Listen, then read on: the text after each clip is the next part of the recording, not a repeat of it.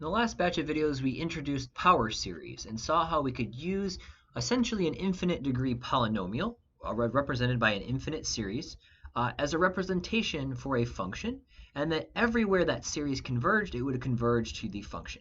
Unfortunately, all that we know thus far is how to express functions that are related to 1 over 1 minus x, since the geometric series is the only power series that we've actually summed thus far.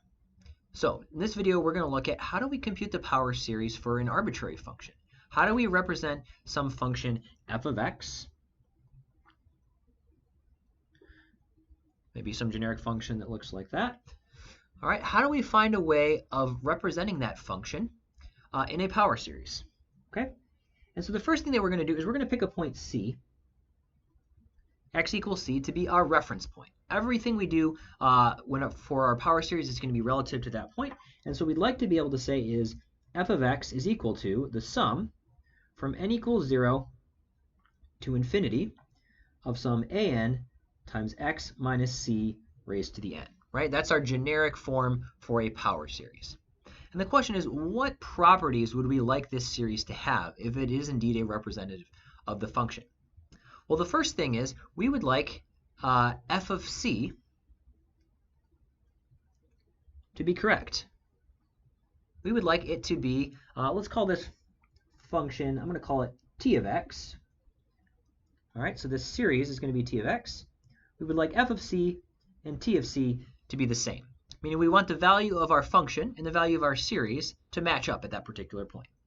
All right, and essentially what that's requiring is that whatever our series does is it has to go through that one little point that I've drawn in red. Okay, so that's important. Well, what does that tell us about our series? Well, let's plug in c here. If you plug in t of c should be equal to the sum from n equals 0 to infinity of an times c minus c all raised to the n, which is just going to give you 0. But notice there's actually one exception here. This gives us, well,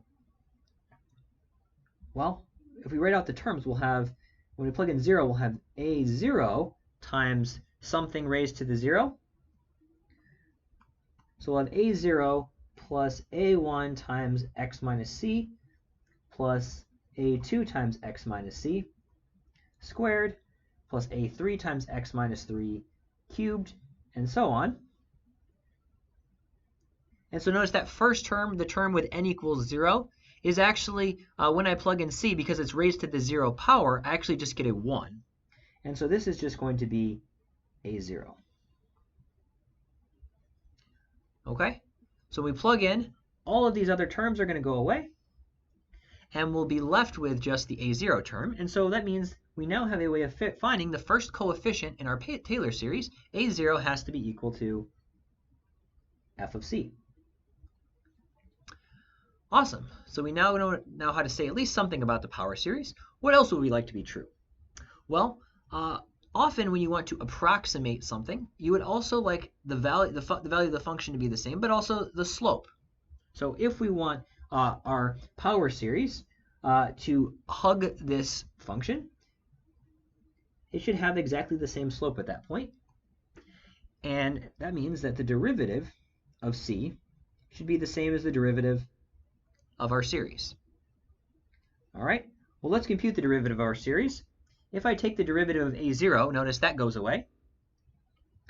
And so I'll be left with the sum from n equals 1 to infinity of an times derivative of x minus c to the n is going to be n times x minus c to the n minus 1.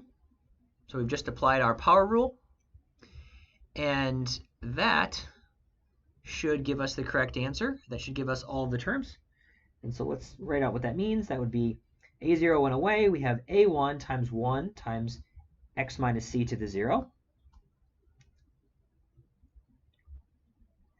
plus a2 times 2 from the n times x minus c to the 1 plus a3 times x minus c squared, with a 3 in there, And we could keep going. But notice what happens when I plug in c. So that should be evaluated at x equals c. When I plug in c, all of those factors that have x minus c in them, and we'll give ourselves a little more room so you can see better, all of those factors are going to be 0, and we'll be left with just a1. And so now we've learned something else, that if we want our power series to behave like the original function in terms of its slope, then we need to set the derivative, or a1 equal to f prime of c. And we could keep going. We might also want the concavity of our power series to match the function, which would mean the second derivative of f at c should be equal to the second derivative of our series. And if you do that, let me take another derivative of this expression up above. The first term is now a constant, so the a1 will go away. When I take a derivative of the next term, I will have a2 times 2 times 1 times x minus c to the 0 plus a3 times 3 times 2 times x minus c to the 1 plus a4 times 4 times 3 times x minus c squared. Again, that's going to be evaluated at x equals c. And if I plug that in, I will now get a2 times 2 must be equal to f double prime of c. Or I can say that a2 is f double prime of c over 2. Okay, so we've now derived formulas for the first 3 coefficients in our power series. And if we could find all of the coefficients in this way, then we would have the entire power series specified. So let's just do one more, and then we'll stop. The third derivative should probably also match. So again, taking a derivative of what's above, notice the a2 term is now going to be constant, so its derivative will be 0. The a3 term will be a3 times 3 times 2 times 1 times x minus c to the 0 plus a4 times 4 times 3 times 2 times x minus c to the 1, and so on. And so when we plug in, we will be left with just a3 times 3 times 2 times 1, which must be equal to f triple prime of c. So our third constant would be f triple prime of c over 3 times 2 times 1.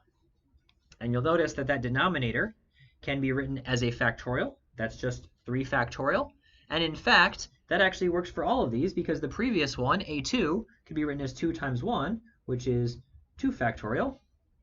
And the one before that could be written as f prime of c, or a1 over, let's write that correctly, a1 equals f prime of c over 1 factorial.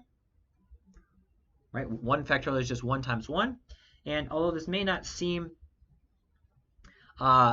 all that intuitive, it turns out that 0 factorial is also equal to 1. And so a0 we could write as f of c over 0 factorial. Okay? So there's a nice little pattern there. When I want the coefficient an, it looks like the denominator needs to have an n factorial, and the value of n also corresponds to the number of derivatives I need to take. In a0 we had no derivatives, in a1 we had 1 derivative, in a2 we had 2 derivatives, and for a3 we had 3 derivatives, which suggests that the an, the nth coefficient in our power series, should be the nth derivative, and I'll just use parentheses n to denote n derivatives, evaluated at c, all over n factorial. Okay, so what we've tried to do here is we tried to find a function, a power series, that matched the original function in terms of its value, its first derivative, its second derivative, its third derivative, and all subsequent derivatives at that point. Now, this assumes that those derivatives actually exist. If those derivatives don't actually exist, then this is going to break down. But if they do, then we can summarize what we've just done in the following theorem, which comes straight from chapter 10.7 of the textbook. It says the following, Theorem 1, Taylor series expansion, that if f of x is represented by a power series centered at c in an interval x minus c absolute value less than r with r greater than 0. Then the power series is the Taylor series. Taylor was the name of the mathematician who, or one of the mathematicians who worked on this very early on.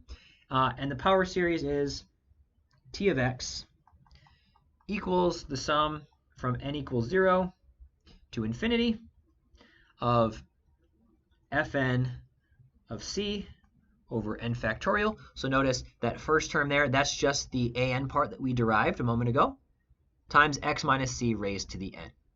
And so if we want to represent something as a power series, well, the power series has to be given by this formula.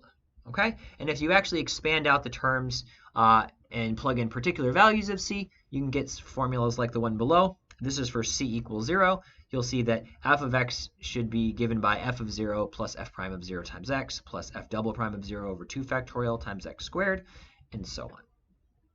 All right, so that is the derivation for the Taylor series. And so in terms of notation, Taylor series is a series centered about an arbitrary point c, and the Maclaurin series is the shorthand for the series when it's centered about 0. And won't really worry too much about those distinctions. I'll mostly just use the term Taylor series since it's the more general one.